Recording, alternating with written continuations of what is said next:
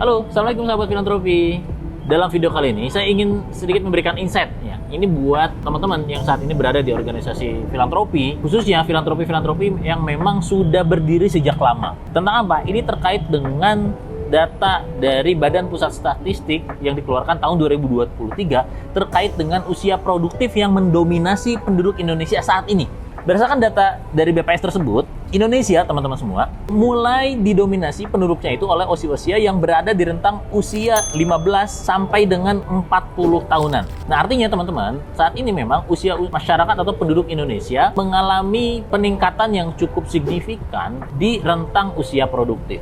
Bahkan risetnya BPS ini mengatakan bahwa 10 tahun sampai 15 tahun ke depan Indonesia akan mengalami puncak bonus demografi, di mana usia-usia di 10 tahun ke depan itu masyarakat Indonesia benar-benar didominasi oleh mereka-mereka yang berada di rentang usia yang sangat produktif, yang artinya roda perekonomian di 10 tahun yang akan datang akan dikuasai atau akan dikontrol oleh mereka-mereka yang saat ini berada di rentang usia muda. Nah, ini tentu perlu menjadi insight bagi lembaga-lembaga non-profit, lembaga-lembaga filantropi, bahwa dalam melakukan penetrasi kepada market harus menyesuaikan dengan behavior dan juga tren masyarakat anak-anak muda sekarang. Agar apa? Agar di kelak 10 tahun, 15 tahun ke depan, organisasi atau lembaga kita tidak hilang dari radarnya mereka. Inilah yang menjadi challenge nih untuk para lembaga filantropi, terutama filantropi incumbent yang sudah lama, agar tidak terjebak dengan kenyamanan saat ini. Harus disadari nih, kalau donatur teman-teman saat ini nih didominasi oleh usia 40 sampai dengan 60, maka 10 tahun ke depan ya akan mengalami penurunan yang cukup signifikan. Oleh karenanya, lembaga-lembaga filantropi perlu untuk mulai meregenerasi donatur-donaturnya dan masuk ke segmen anak-anak muda. Boleh jadi saat ini anak-anak muda itu secara kapasitas ekonomi belum kuat ya.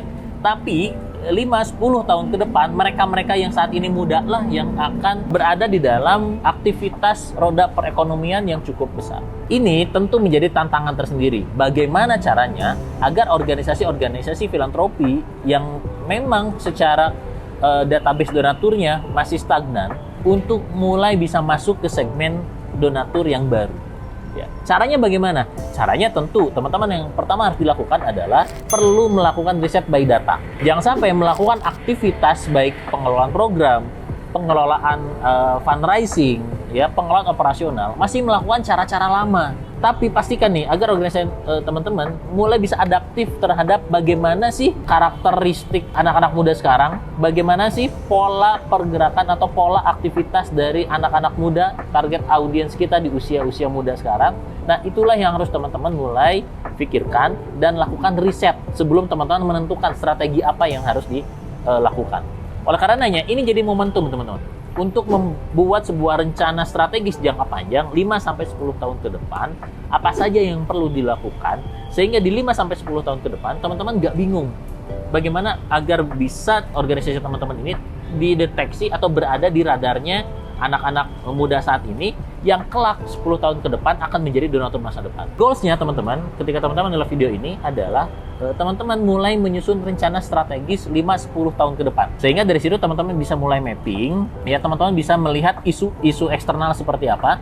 Dan juga jangan lupa, risetlah terhadap isu yang ada di internal organisasi. Apa yang terjadi di eksternal dan apa yang terjadi di internal, itu sebisa mungkin bisa teman-teman analisa sehingga bisa mengambil keputusan yang tepat dalam menyusun strategi jangka panjang ketika Indonesia memasuki puncak bonus demografi. Mudah-mudahan video ini bermanfaat dan bisa menambah insight untuk teman-teman sehingga teman-teman semakin kritis untuk terus merancang strategi yang sesuai dengan era kondisi saat ini. Dan ini juga yang jangan teman-teman lupakan, mensubscribe channel ini sehingga teman-teman bisa mendapatkan video yang lainnya. Terima kasih.